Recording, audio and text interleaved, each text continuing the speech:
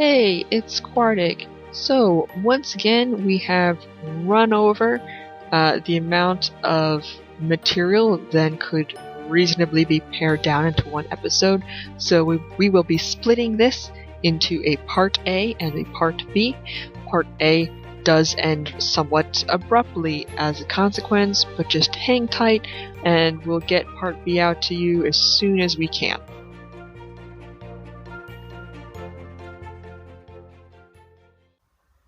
Welcome to Ace Interpretations, a podcast about asexuality, fandom, and where they intersect. I'm one of the hosts, KK. I'm Quartic.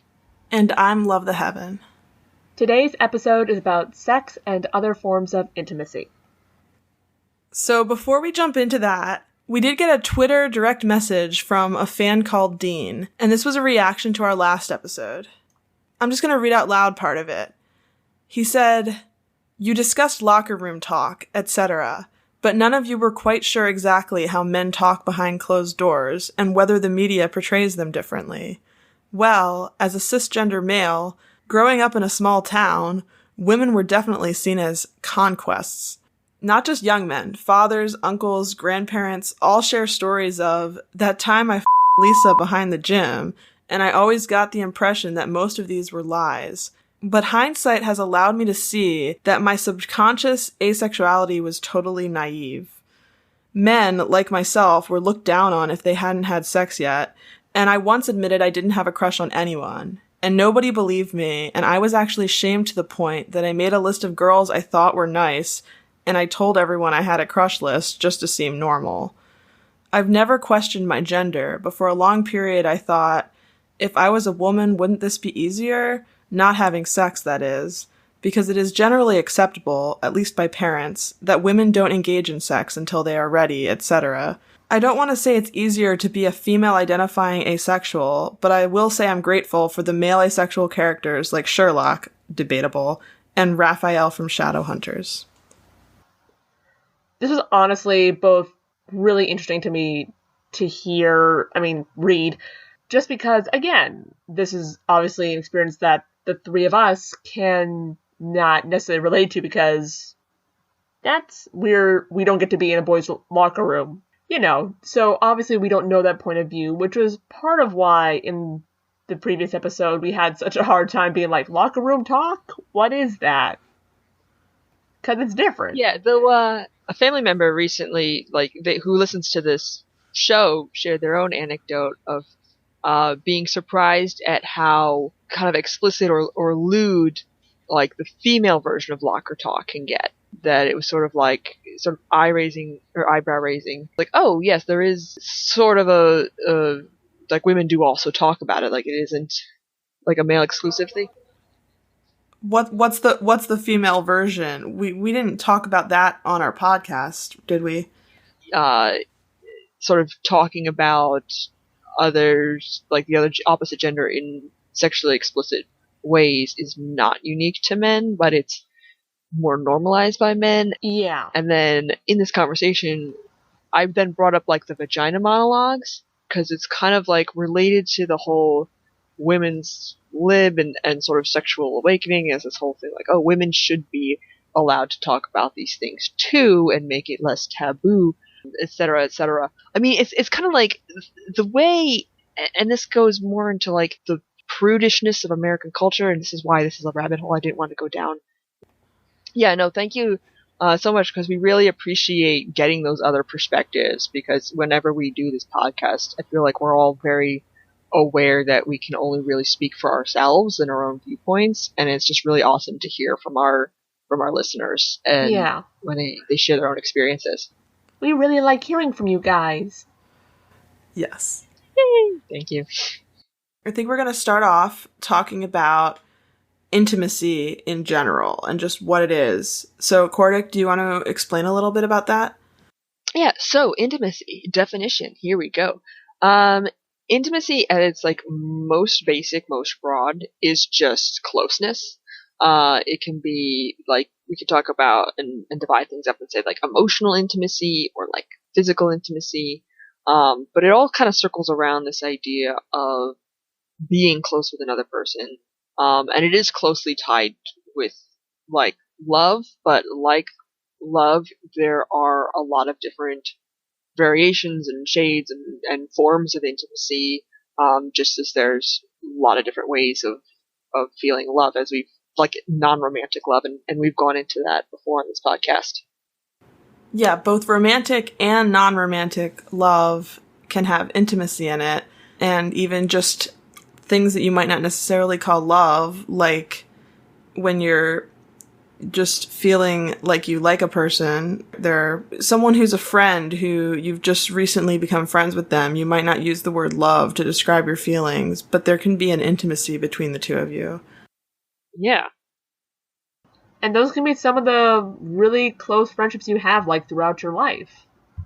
Yeah, they can grow into closer and closer, more intimacy until you might decide that a deep platonic love is the right word for what you have between the two of you. I feel like intimate friendship is like a turn of phrase, but I'm also not positive. Right. But yeah, the two big types of intimacy that people discuss have to do with physical intimacy or emotional intimacy, I think, and you can pretty much, group most things into one of those two categories. There are also times people might be close physically, but there isn't any intimacy because of the way one person feels about it. So when you're sitting next to a stranger in close quarters on the metro or something, it's not intimacy despite being in your personal space. So it's complicated, but that is part of it. Yes, exactly. And then it can also be used euphemistically, like to get intimate with someone.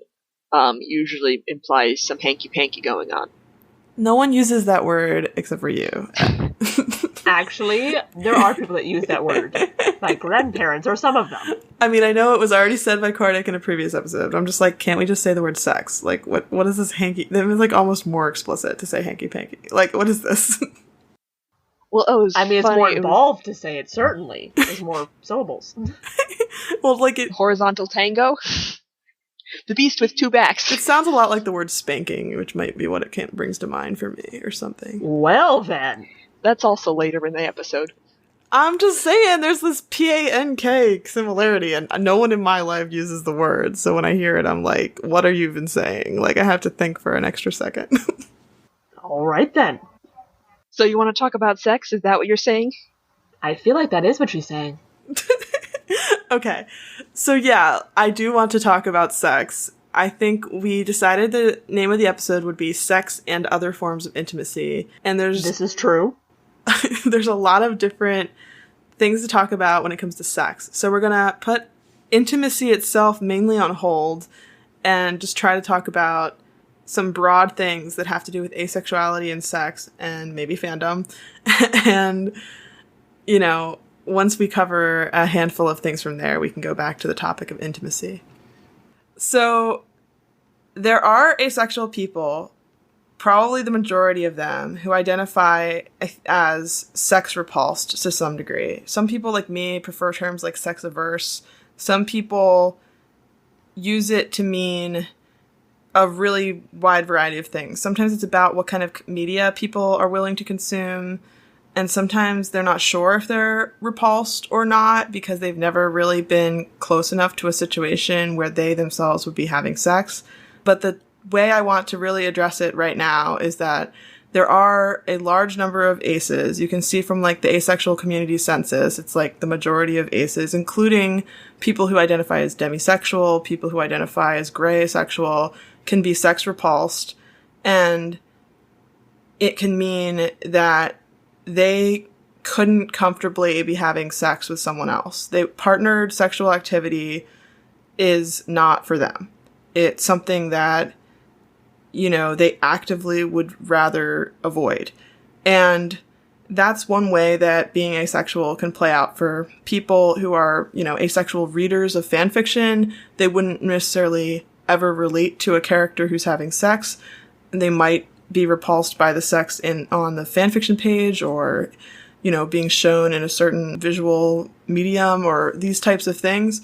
But they also, if you have an asexual character, some asexual characters would be sex repulsed in this way and would be, you know, when they come out to a new potential love interest in the story, they might be explaining sex is off the table, never going to happen, like that kind of thing.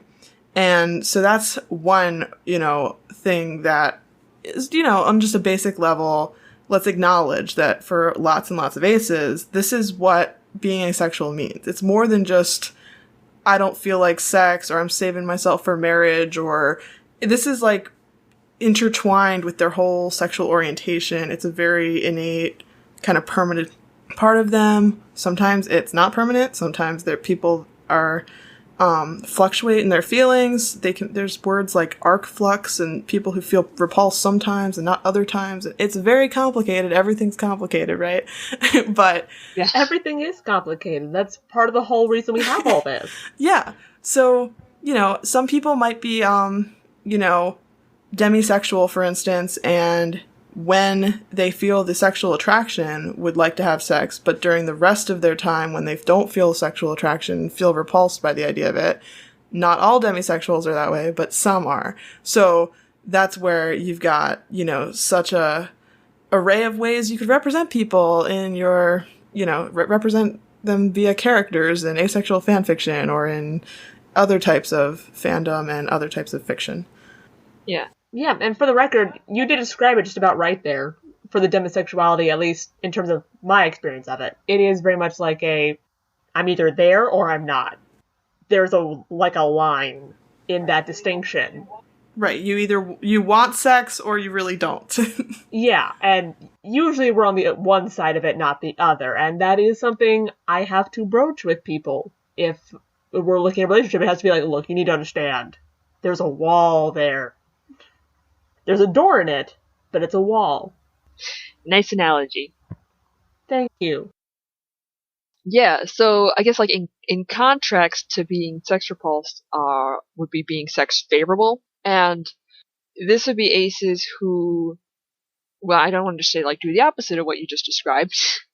No, it's like aces who are either at certain times or like generally speaking okay with having sex or even like enjoying sex. This was like I got tripped up for a while, like the difference between being sex favorable and sex positive. So sex positivity is a movement, and I don't know if it still has any traction or if it's been kind of subsumed by like the Me Too movement or superseded or how things are going. But basically, like sex positivity is this idea that we should push back against slut shaming, that like consenting sex between adults can be like a positive influence, and we should like encourage good, healthy sexual practices. Right. I mean, it even often includes teenagers should be allowed to consent with each other, and it includes a lot about queer sex and kinky sex, and all this stuff is still consensual and okay, and that whole side of the movement. And sort of like supporting sex workers. Yeah, it was I think it still has some traction. Yeah. I mean, I think there's like other things, there's like, it's not the sort of top foremost things. And so I think I went to like, oh yeah, sex positivity is this is what I meant when I'm like talking about like sex positive. And then people take it to mean that I said I sex favorable. I'm like, well, no, that's something else. Yeah, no, some aces on Tumblr started using terms like sex positive. Well, no, started using the term sex positive to mean sex favorable. And I'm not sure really how it happened or caught on, but it became fairly popular in certain pockets of Tumblr. And people just in asexual communities might, especially younger people who weren't aware of the sex positive movement, will continue to just use this phrase, but they really shouldn't, because it's just it means something so specific and so different. It's about this other, you know, political movement and attitude towards sex in society. It's not you can't just use the word as well for your own personal, you know, feelings about having sex or not having sex. I mean, you can, and they do, but I am strongly in favor of let's use different terms like sex favorable or something else, anything but sex positive, really. That's where I'm I mean, there's enough words floating around in all these like niche subculture communities that like if we can't build a consensus around the words we do use, it just becomes like a really big mess.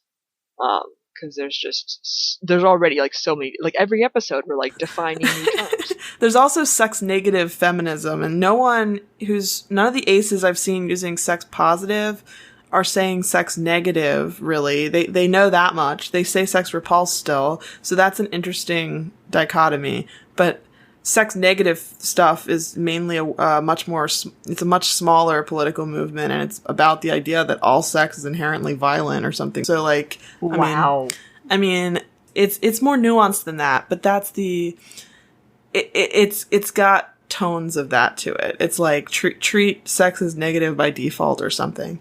That's interesting. I mean, this is what I get for mainly following like artists and like photos of dogs on Tumblr. Like I've experienced none of this.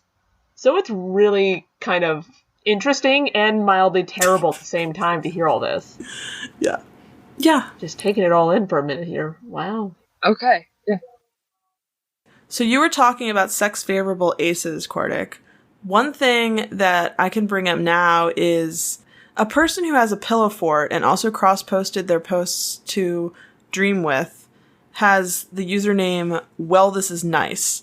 And Well This Is Nice sent us, as one of 2 links to recommend to us after listening to some episodes of our podcast, a post about asexual erotica.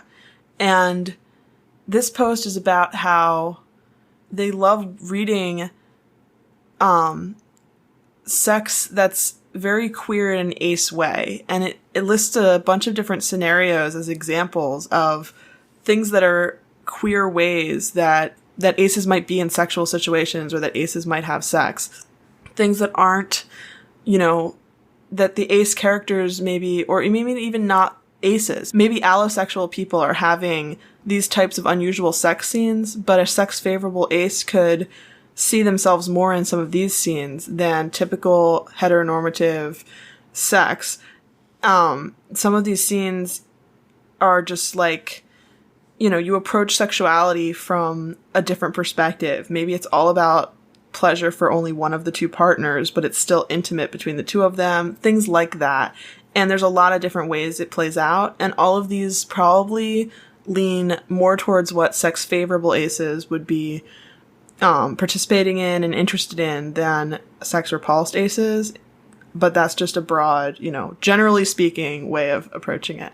We are going to link to both this post and the other Dream With post that Well This Is Nice sent us in our show notes, because they're both really interesting. Yeah.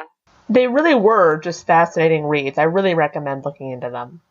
Yeah, just going back to the idea of, because I mentioned, like, we brought up consent with sex positivity, and not to go down the whole rabbit hole of consent, because I feel like, it's definitely something worth talking about, and since this Me Too era has bloomed, talking about, like, what is consent and what is enthusiastic consent, has come more to the forefront of conversation, or, like, there's more conversations happening about it, which I think is definitely a good thing.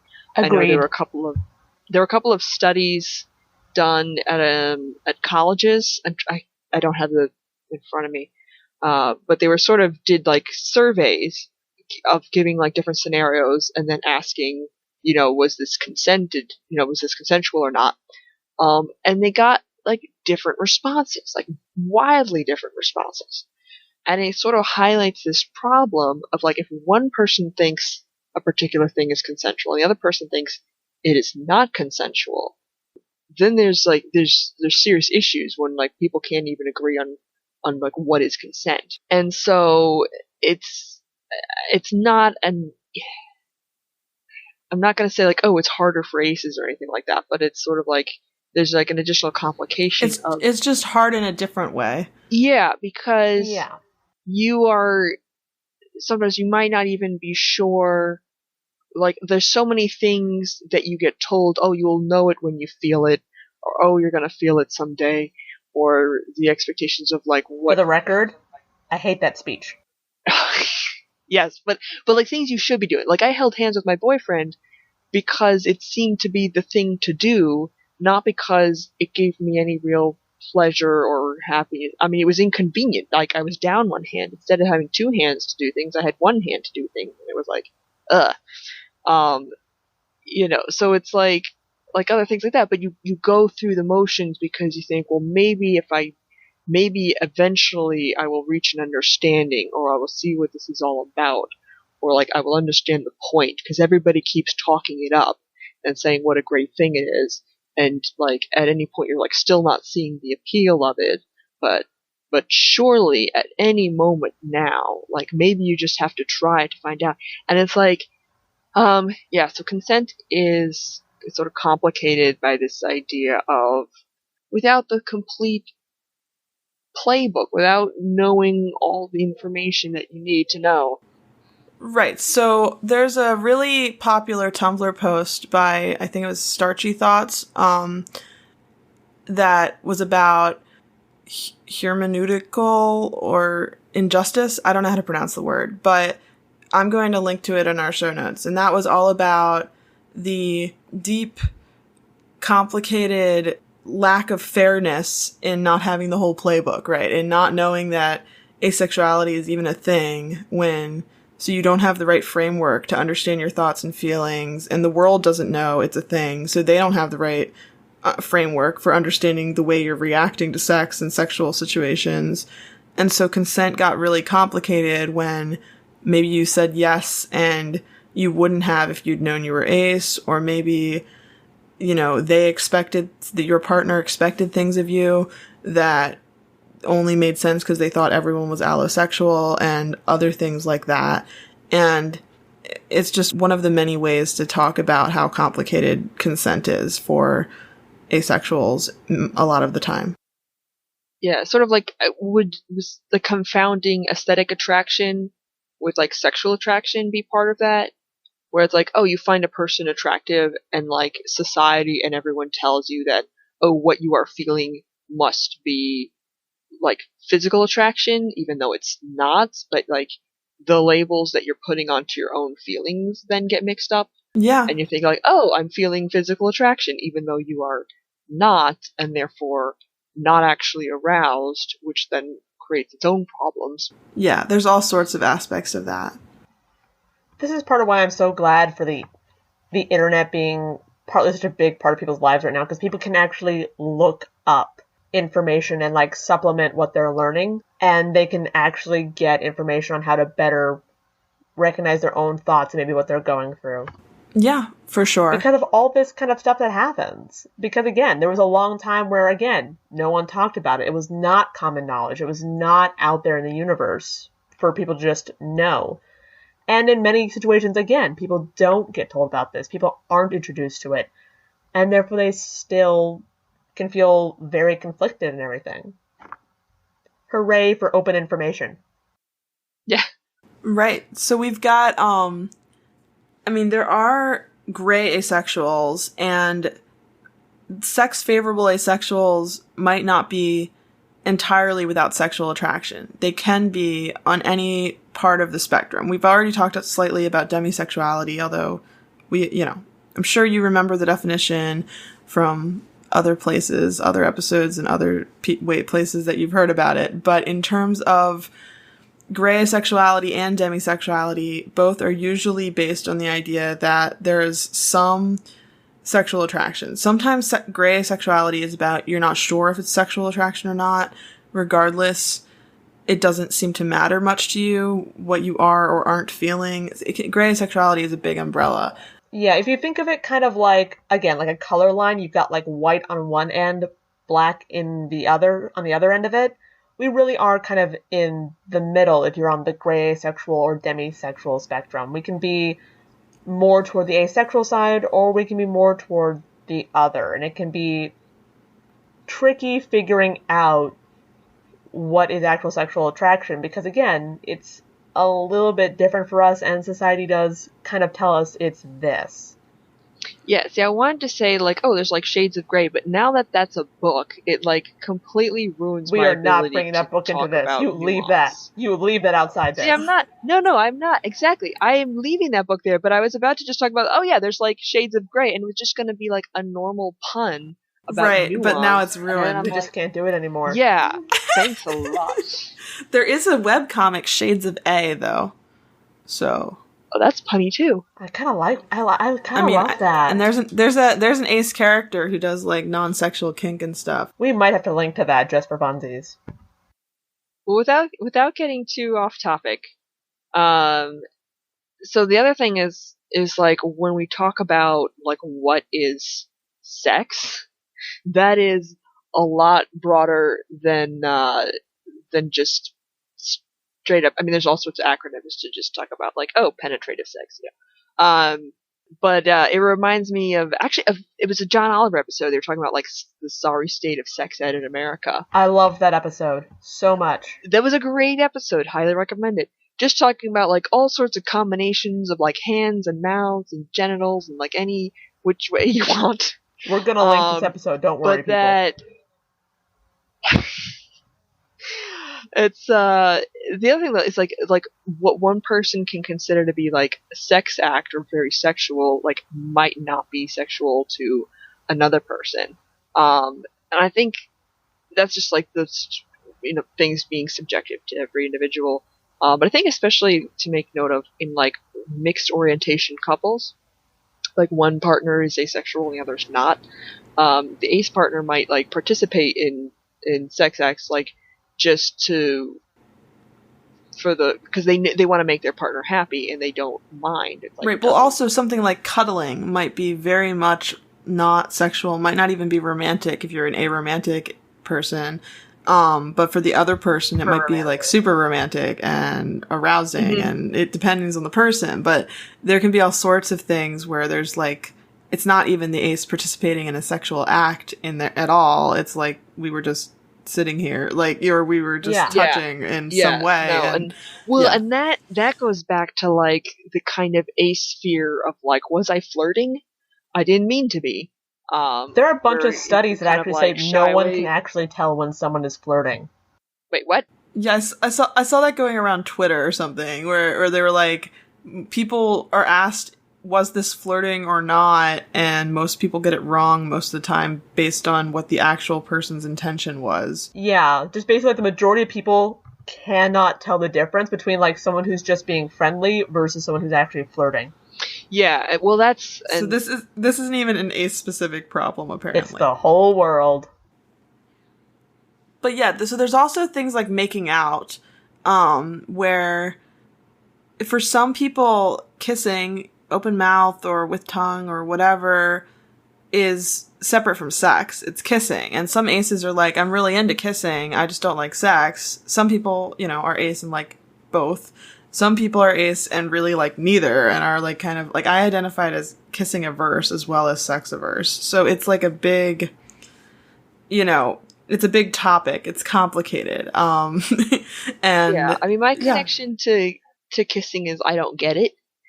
Like try, like, and then it was like, just, close mouth, like nothing more than that. Like my boyfriend one time was like, try to talk, and I just like clamped my mouth, like, nope, don't put your tongue anywhere.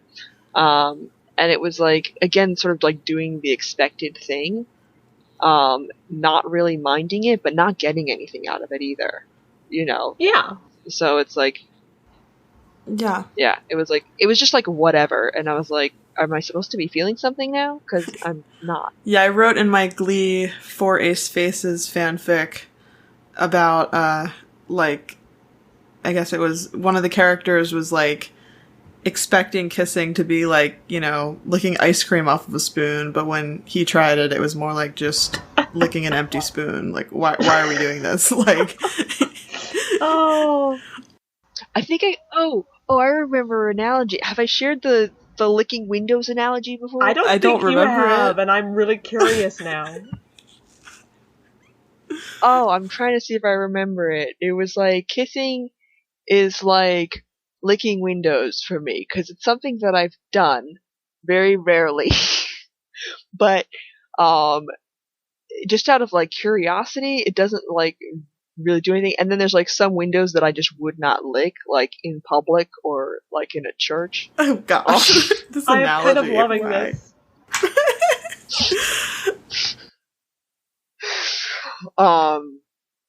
Yeah, it's like licking windows. There's a time and a place. I admittedly cannot totally relate to the window thing, because I enjoy kissing if it's someone that, again, I get to the point where I start to have interest with them. So you put like jam on the window and then licked it.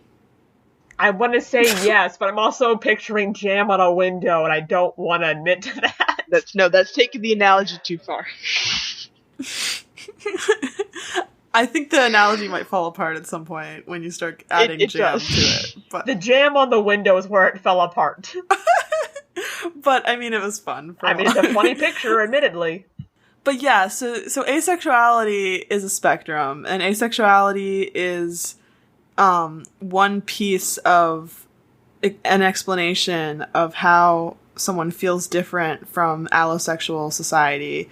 But it doesn't mean completely not sexual for a lot of aces. There's plenty of people on the ace spectrum who have all sorts of sexual experiences that may be consensual and enjoyable, as well as aces who had non-consensual and non-enjoyable experiences of various types. Yeah, so before we move on, just like a quick like side note I want to interject here, because we're recording this in June and it's Pride Month, so, you know, kind of like looking back on LGBTQ history, and it's important to note that some aces can participate in sex for like sex work reasons. So, and I mention this because it is Pride, and it is in fact like 50 years since the Stonewall Inn riots, right? And so like Marsha P. Johnson, who was like involved in that and was a trans woman, and she was a sex worker as well, right? And then, or someone else close, like in that community, and sex work was used to help keep like homeless LGBT youth off the streets.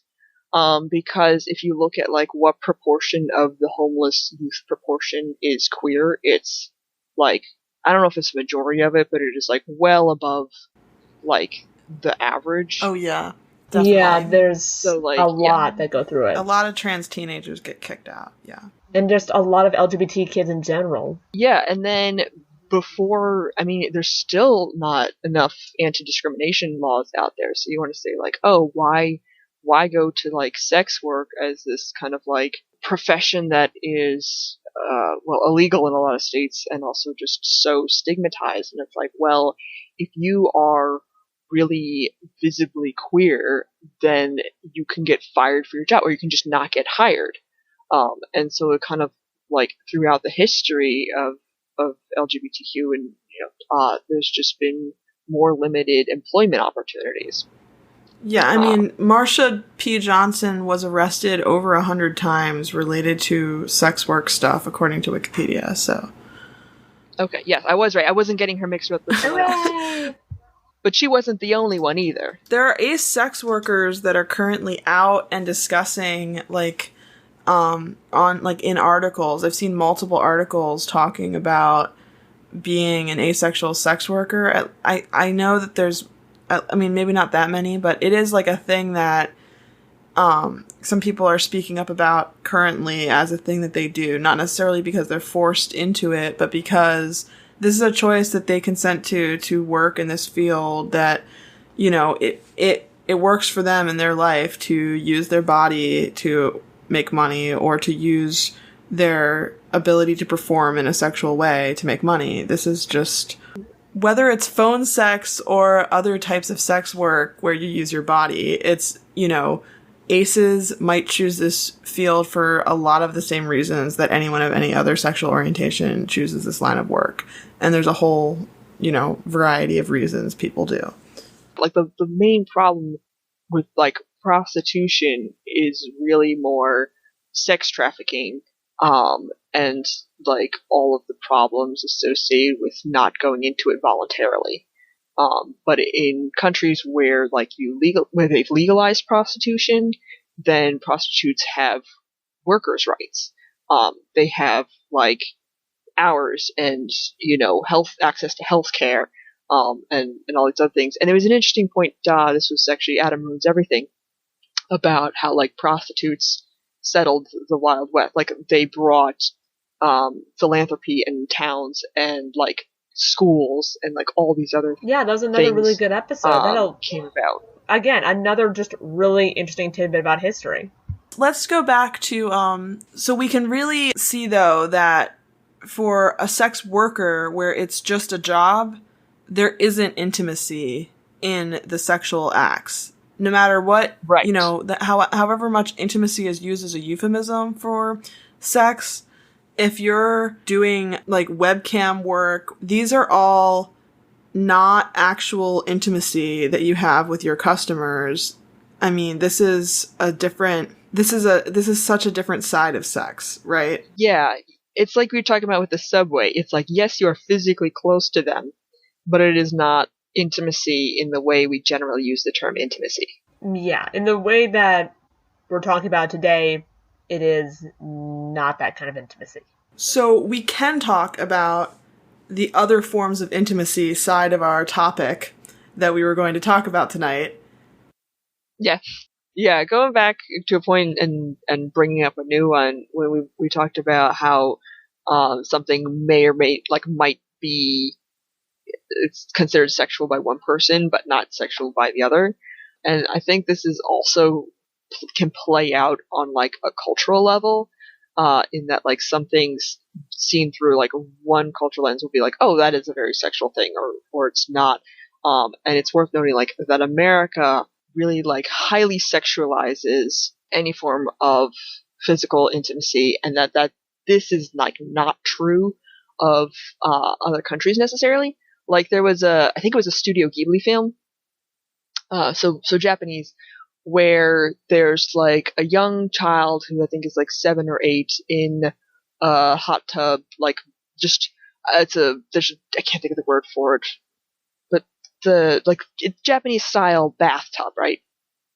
With like an adult man, and that this is like really shocking to Western American audiences for being like, oh my goodness, this is so inappropriate. And Japan is like, what? It's just a bath. Like, there's nothing. Or like how in a number of like other countries, like family members or friends will like kiss on the lips, whereas like in America, oh no, you have to kiss on the cheek or not at all, unless like lip kissing is strictly sexual. And it really, I think we brought this up a bit in intersectionality, talking about gender. I think we did, yeah. And how, because I think it bears repeating, like because like physical affection is so sexualized, it means that like men in particular, and boys like cannot have any kind of like physical intimacy at all, especially with the same gender. Or it's like, oh, but that's so sexual. It's like, it doesn't have to be. Right. Heterosexual, we talked about it in our bromance episode, actually. Oh, that's right. Yeah. Bro TPs and QPRs. Oh, that's weird. Yeah. So, yeah, it's, if you're heterosexual or trying to pass as straight and you're a guy, you can't, get away with any touch at all unless you're in a romantic or sexual relationship kind of thing.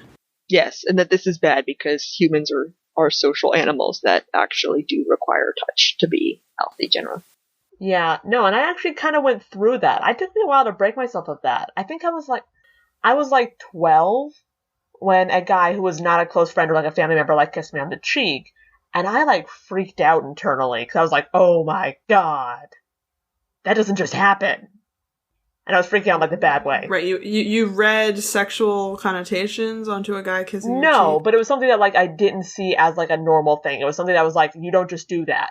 It was like a line had been crossed. Yeah, it was an invasion of personal space by American standards, maybe. Well, but again, in comparison to some of these other countries, that's a more normal thing. Like, that could happen. Someone would be like, well, maybe not that blasé about it, but you know what I mean. Yeah.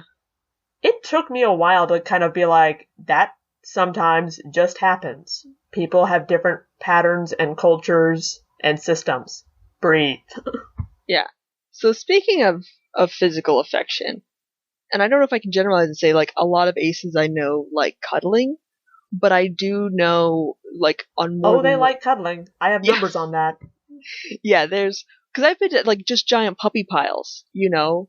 Like, there was, like, one meetup, I can't remember, we were at, well, don't need to name names, someone's house, and they had this huge beanbag, like, so if you know how big a full mattress is, which is just such a weird name to describe a mattress, but I'm like, the mattress that's between a twin and a queen is a full. Anyway. I know exactly what you're talking about. Yeah, so it was a beanbag like this big, but like round. And I think we got like at least 4 people on it, just kind of like in a big old ace jumble. And it's like really refreshing because it isn't sexual, and it's not sexual because like you're going into, it's like, oh, we're all ace here. Let us get our fill of like physical touch and just cuddles and feel good about that. Although I don't like talking about like intimacy though. For me, cuddling isn't that much of an intimate act because again, like I'll be cuddling like several people at once, and sometimes like new people who are like, oh, you're new, like, do you want to join us on the couch? Let's see how many people we can fit on the couch. Or it's like, I mean, there's some people who like, oh, I know this person pretty well, like they're a friend, but I'm not in any kind of queer platonic relationship with them or not. And it's not like, oh, cuddling is something that I do with this person specifically, as a form of closeness. It's just like, but I do sacrifice comfort for a cuddle sometimes, because there's like sitting on someone else's lap, like there's no good place to put your arms that isn't gonna cut off someone's circulation at some point, say with your arms. But it's like, I'm doing this like for the sake of having arms around someone, because like that is the end goal. Does that make sense? Yeah, because I actually did that. Me and my friends in college actually kind of did this. Now, this was about the time I was out to like a couple people. I was not out to like everyone because I wasn't positive about everyone just yet.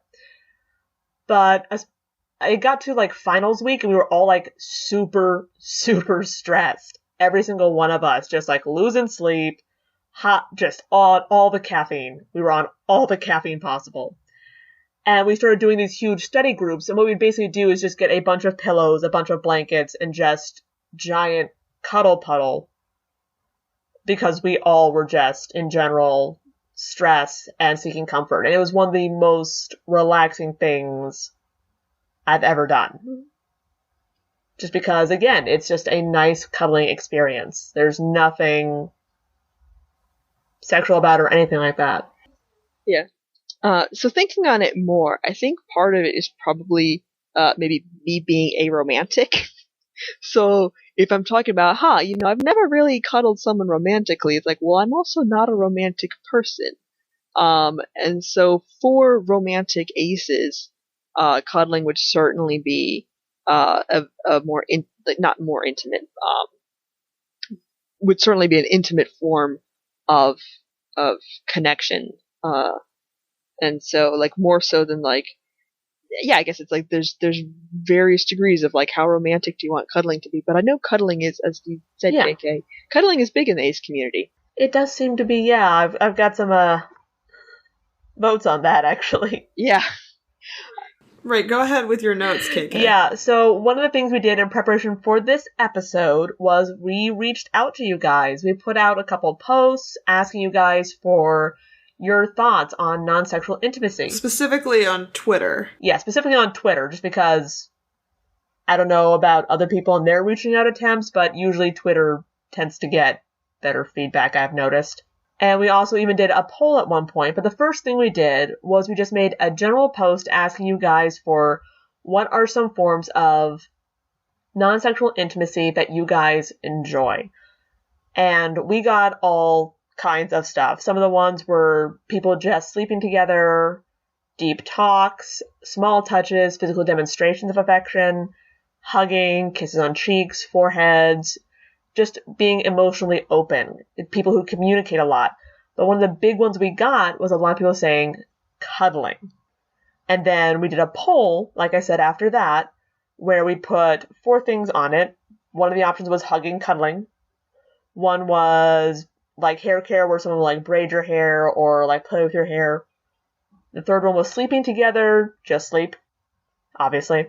The fourth one was like listening to someone's heartbeat, which is one that I've seen on some of the like different articles that talk about it. Right, so made this poll with 4 forms of physical but not sexual intimacy for people to vote on. Correct. And overall, 68% of people voted for hugging, cuddling as their preferred form of physical, non-sexual intimacy. Everything had a percentage, but like listening to the heartbeat only had 7%, sleeping together 11%, hair care 14%, hugging, cuddling was the hands down favorite. Yeah, I think I voted for like hair things, but now that we're in the middle of this intimacy episode, I'm like, okay, but I think I just voted for that because that's like my favorite form of physical touch. But it's not. But that counts. No, it's an intimate moment. But here's the thing: it's not necessarily intimate for me. I mean, it's definitely like if I'm going to solicit it from a friend, it needs to be someone I'm close with because I'm just not like comfortable asking, like, hey, can you do like fingers through my hair? And then be like, but not, no, you, like a lot of people are like too gentle and they're like just like patting it. It's like, no, like, so hard to get like good hair pets. But the thing is, why I'm saying it's not necessarily intimate is that I also like going to a hair salon and getting my hair shampooed, and like they know how to do it right because they're like doing like, the right amount of pressure. But they're complete strangers and I don't know their name, so it's not necessarily intimate. It's just like a physical form of touch that I enjoy. Okay, then that makes sense too. And that concludes Part A of Sex and Other Forms of Intimacy. Part B will be out in 2 weeks, so stay tuned. I like to think of it as a feature rather than a bug, that we as podcasters have a lot to say about any particular subject. It's really a good thing when you think about it. Remember, you can find us on Twitter at AceTerperTweets, or our Gmail is acechirpertations@gmail.com. Thanks for your patience.